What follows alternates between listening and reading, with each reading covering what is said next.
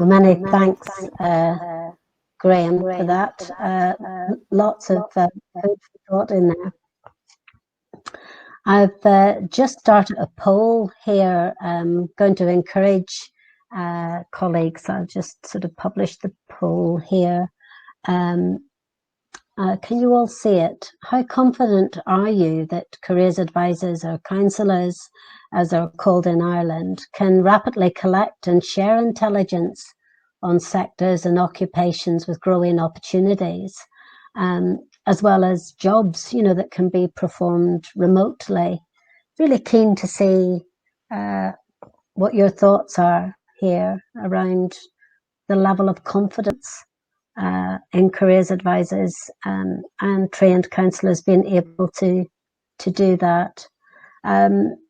Reflecting on the UK and the 4 home nations of the UK, you can see, particularly in England, that careers advisors have moved further and further away from employers in some cases, particularly when it comes to career support for young people, which has been very much left to the schools or indeed to telephone support services, which I'll say a few words on in a minute.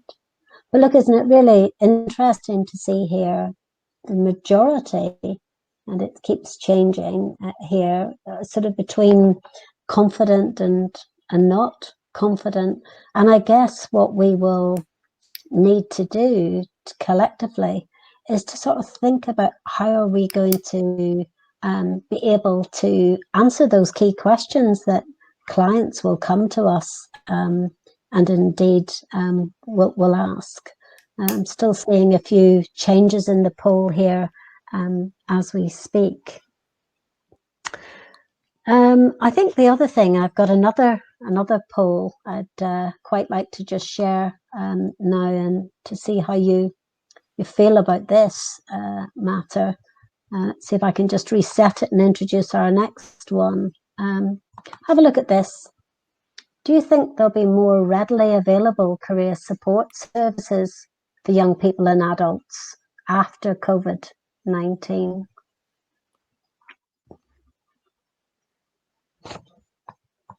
Just start that poll again and hopefully see what your thoughts are on that. Seeing some changes there. Just while you're sort of inputting your response, what I'd like to do really is to just briefly now sort of encourage you to think about some of the things that Graham said. We are going to have a question and answer session where I'm going to bring in Chris and I'm going to bring in Liane, who Liane, I know, is poised and ready to speak. I can see her on the system, and I'm hoping that Chris will be with us and able to speak as well. So look, let me just take you through a few slides now to get us all thinking, really. I think, first of all, we can reflect on other sort of earlier recessions. I received an email from a colleague today in Australia who was reflecting on the great sort of Spanish flu pandemic and what that did actually at the time to people's lives and the economy, and how it changed certainly people's occupations. It spurred some people on to think that they wanted more than a kind of precarious work life. And I wanted just to sort of take a look at, we can learn lessons from these developments. In the last webinar that we had, Percy very helpfully sort of talked about policies to reduce unemployment. And this slide here really gives us some indication as to what the options are. And I think, one of the big key points really is, as a workforce, for those people who are in the career development sector or on the edges of that, maybe even entering it for the first time, how confident are we that we are sort of poised and ready to come up with solutions, really, which will be needed around finding good ways to connect people to a livelihood and connect them to this sort of changing world that Graham has described. So for those of you who know me, I'm always interested in the policy options, but equally in the practice. And as Graham said, it's change. So I wanted to kind of introduce what I think we can see and maybe reposition this as some good news amongst all the fear of uncertainty. I think the first thing is that we are going to have this economic and social imperative to address underemployment and to harness people's talents and their skills. And we are going to have to find a way to help people become resilient, adaptable, and to look after their well-being. Now, careers professionals who've been doing this job for years, people like me and maybe you, actually, that's at the heart of what we do, is we support individuals from all walks of life to think about their talents, their skills, and their livelihoods.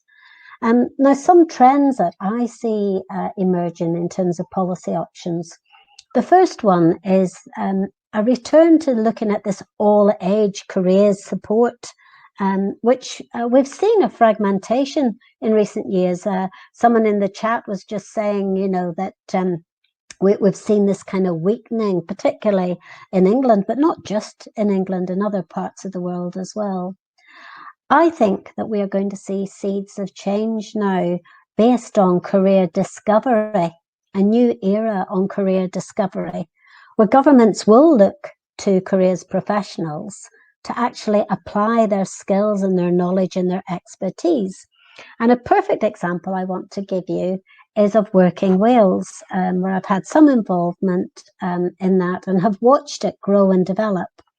With hashtag Change Your Story, Careers Wales has actually been able to connect with the most vulnerable young people and adults, all at age, and to offer a support package for them, which I think is a really, really interesting model, which shows how careers practitioners in their diagnosis and assessment of need can demonstrate actually that their work serves people well.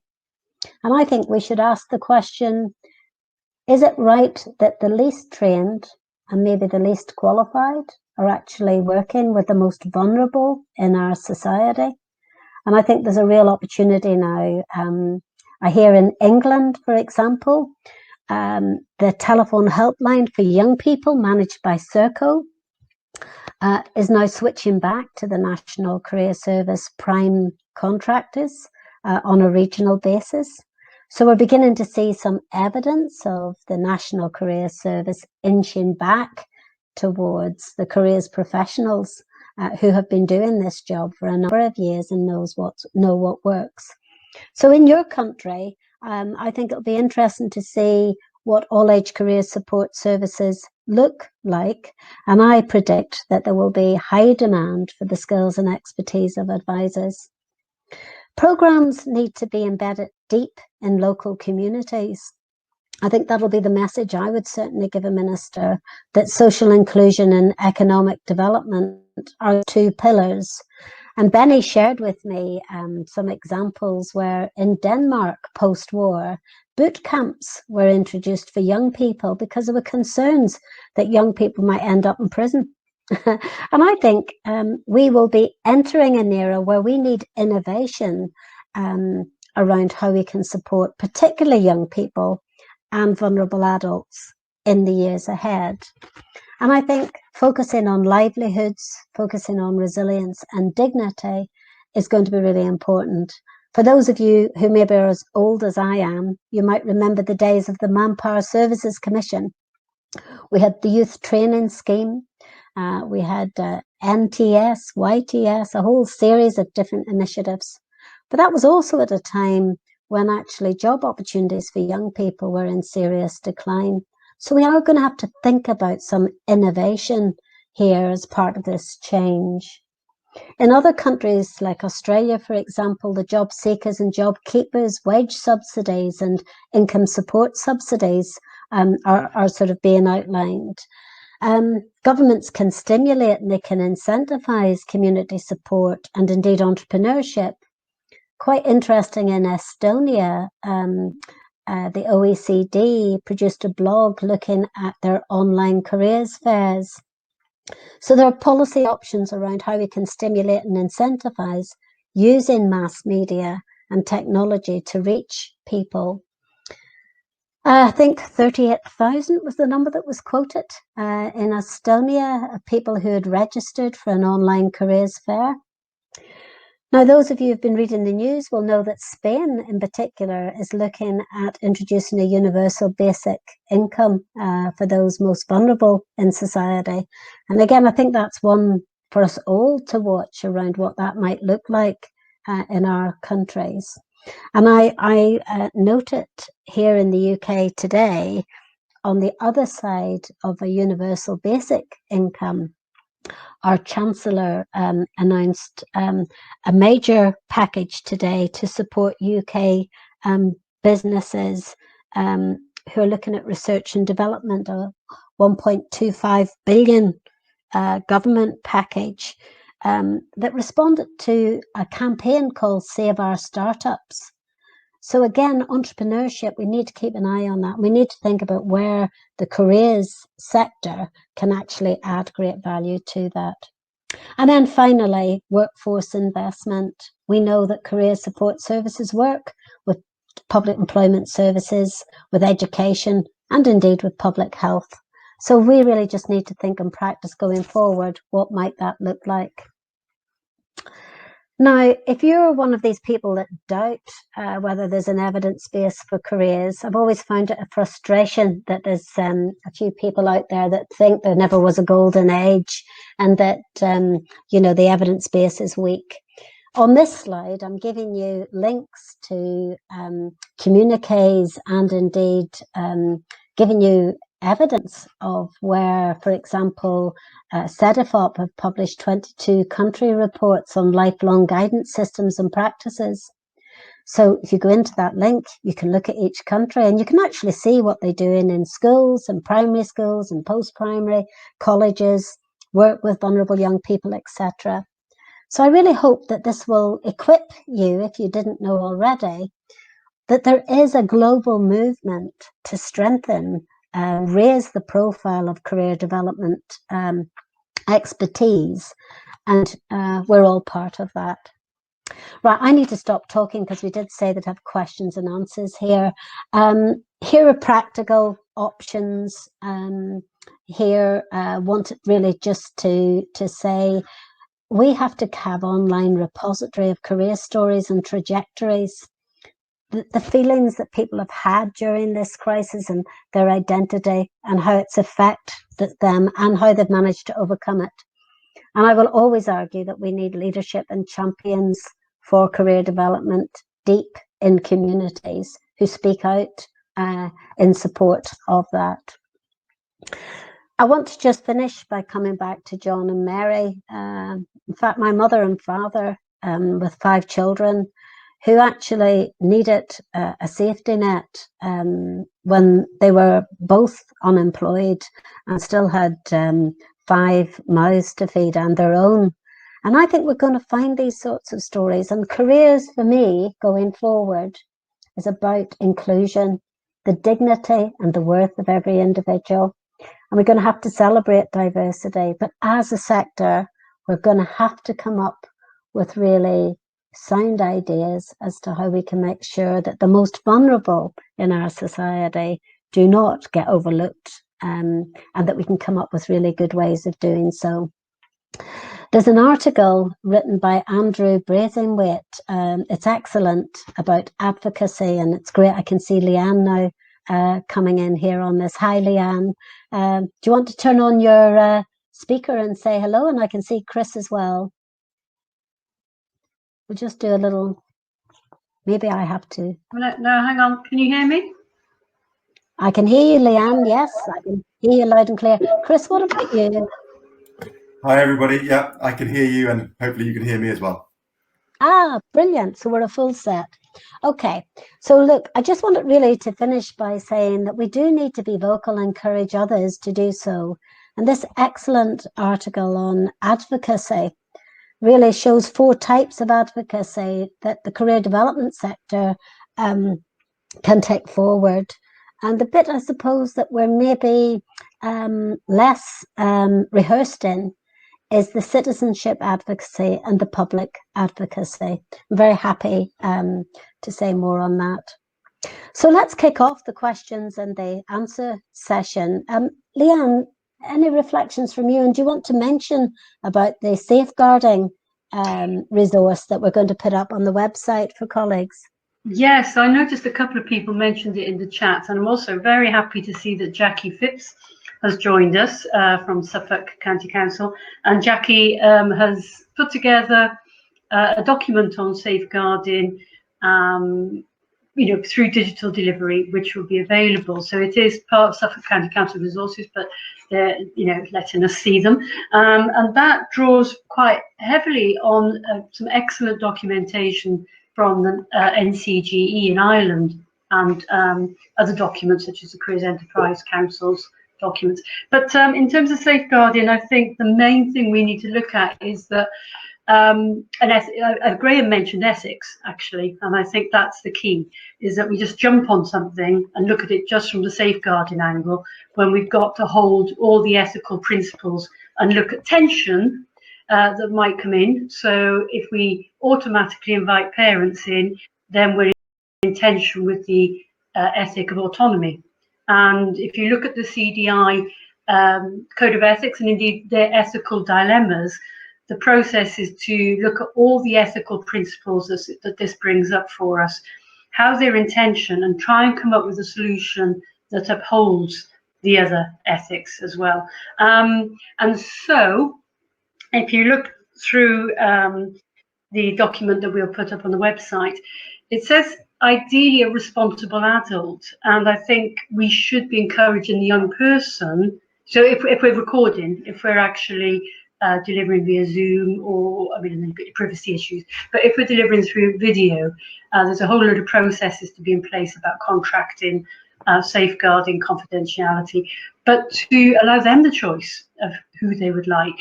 And not, because we know that parents can be a great influence or a very negative influence. They need to be choosing if they want somebody else in and who that person is. So they should still be at the heart of the process. Things like that, setting, staying within hours, not using private emails. So that document's very useful. It outlines the sort of factors that are entailed in risk assessment over safeguarding. So thank you very much to Jackie for putting that together. Thanks, Liane.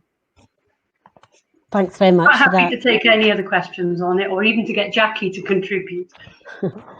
That's great. Well, certainly, I think one of the other issues that's come up is someone's mentioned there's not enough graduate jobs, but there's a shortage in the trades and the crafts, plumbers, painters and decorators, etc.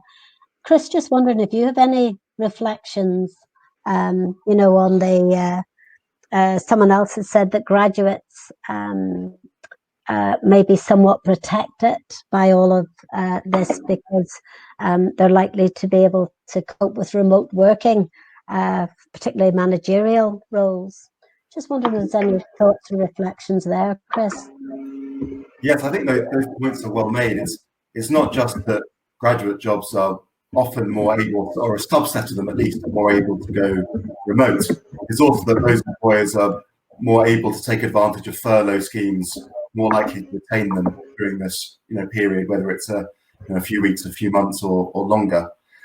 In a way, the group I'm right about as much are those who haven't yet been able to get into anything. There's a lovely historical reference that Steve Martin makes in the chat around how the different schemes sort of evolve over time, trying to tackle youth needs one way or another, and youth training being a recent one, and Connections had a very strong youth need focus. It feels like since 2014, 2015, Youth NEET in England at least hasn't been too serious an issue. It's been quite a small number of people from a policy perspective, but that's highly likely to change. So what can we learn from some of those past eras that focused a lot more on Youth NEET? Because that's coming back. It's coming back fast over the next couple of years. Colleagues at the OECD are already hearing their policymaker contacts in different countries saying, come to us with your solutions for Youth NEET. They're less worried about, the topics of last year, which were perhaps skills gaps, perhaps disparities by gender or by ethnicity. Those issues still exist, but Youth NEET has gone, right to the top of the agenda.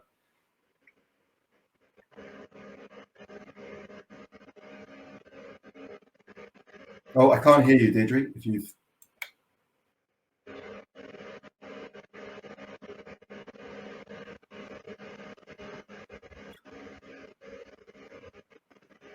I'm not sure if you can hear me, Deirdre, but you might have lost me. Oh, you're back. Sorry. We can hear you now. I switched my microphone off to try and improve the quality of the sound. I was just thinking about adults, displaced from work as well. Liane, you come from Wales and the valleys. You've worked in countries, different countries where there's different degrees of attention given to work with vulnerable adults and adults in the workplace. Any observations from a kind of coaching perspective? What needs to be done going forward? Sorry, Deirdre, I'm not quite sure. No, just thinking about practice. Yeah, sorry, it's because I lost you speaking for a while, so I only got half the question. Thinking about practice and thinking about adults displaced and their identity. Just any tips, any practical things that you would point to that people could draw upon, because we're going to have to get better skilled at working with vulnerable young people and adults as a community. Yeah, I mean, that's a huge question. I think I always go back to looking at some of the reasons why people are excluded, why they're disengaged, and trying to understand that, and then tailoring the approach. But motivational techniques, motivational interviewing, I always find an excellent approach. But there's a few questions coming up on chat about the exclusion digitally, and making sure that we don't just see digital delivery as the be-all and end-all, and to remember that a lot of people don't like it, find it difficult, and make sure we operate blended delivery in all of our services and tailor it to the needs of the client. Absolutely, and you're so modest you won't mention your book with Cara Bumford, but I will give that a little plug here as we speak. Stephen Prattle says, what too will be the long-term implications of the eye-watering government debt needed to re-stimulate the economy and support displaced workers? And I guess for all of us, we know that we will go into a stage of major change. We don't know whether we'll go back to austerity. Let's hope not. But I think it's interesting to look at different reports. A report came out today, which I'll put on our website and a blog, from the ETF. My colleague Fusan from Turkey mentions it. She says ETF also has a very recent mapping, and this is a European training foundation where they've produced a really good report that says how countries are responding to COVID-19 from a vocational education and training perspective. And there's everything in there from in Israel, where they're very IT savvy, where they're actually harnessing the technology more, to in some countries using broadcasting to kind of get the message out to people about reskilling. Australia's got the National Careers Institute, the Careers Industry Council for Australia, and the Career Development Association for Australia, all looking at reskilling. I'm interested to ask whether we can imagine that in communities we're going to see now career service, health service, public employment service actually working in a one-stop sort of centre approach. Just putting it out there for people to reflect on. Anyone had any experience of that? Is it a model in a way going forward where we can find in local communities coming together of services rather than separate?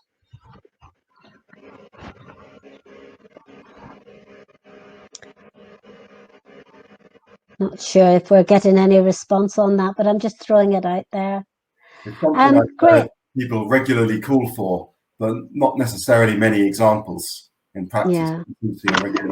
Regular appeal. I'm just thinking about the point around digital versus blended careers advice. It may be too early yet in the lockdown, but as rules around that guidelines, I wonder if we'll see careers advice, blended careers advice, coming back in a sort of slightly different format, rather than two people face to face in a small room, which has been my experience for a lot of the careers advice I've experienced or delivered. What about two people in masks on park benches on either side of a park bench? There must be ways of introducing some of that face to face connection while remaining appropriately risk balanced. But I think it's probably too early yet. But yeah. Well, I think that's a perfect cue, really, to just introduce this next slide. The power today comes from sharing information, not withholding it. And that's what we four are all about, really. We're really committed to open source information and sharing. So what we've done is we've created a link here where we would like you to share your COVID-19 career development stories, maybe you as a practitioner or indeed your clients. And when you click on the link, you'll actually see there's a nice little, it's like a call for evidence. Now, you could take this, our colleague, Associate Professor Reineke Lengel, who specializes in narratives and stories, has produced this for us. So why not take it and actually begin to collect your own stories as part of your evidence base? And then we can come together as a community to maybe look at what lessons did we learn in terms of policy, in terms of practice, and indeed research. So keep in touch with us, go in, use this template, customize it for yourself, but most importantly, do upload it onto our website, because we'll be able to then create other webinars where we can talk about the relevant things that people are wanting to see happening as this change takes place. I think the other thing Benny mentioned is a European lifelong guidance systems and practices report that's recently come out. It's already on our website if you want to have a look at that report. And as I say, I'm putting examples of other new and innovative developments as they emerge hot off the press. So we hope you've found this useful. It's always one of those situations of learning where maybe our next webinar we can have more chat from you and maybe less input for us. But our next input will be on the 6th of May, where we're looking at career chat digital innovations. And so we'll be building on what you've told us already about how we're all adjusting to this kind of online environment. And there'll be lots to celebrate, actually, because there is a lot of innovation that you've shared with us. At the end of each of our webinars, we as a team look at the chat, and if there's anything there that we've not been able to pick up on, or you've asked a question and you want a response, we go through it and we do actually try our best to respond. So look, keep in touch. Most importantly, stay safe and stay well. And remember that your work really changes people's lives.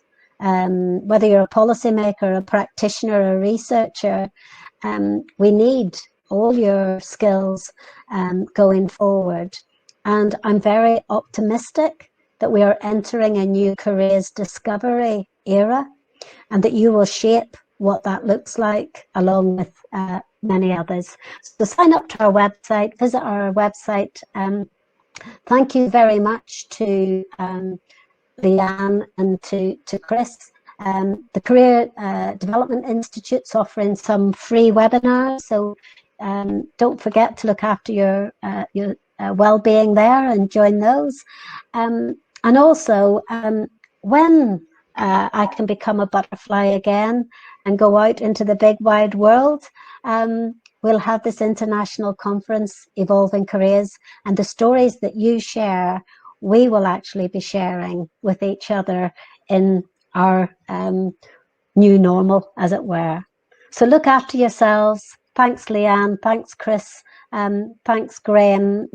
These webinars would not be possible without your brilliant input. And we as a team will keep looking at what you're telling us, and let's keep the dialogue going. So stay safe, stay well, eat lots of chocolate, and enjoy yourselves.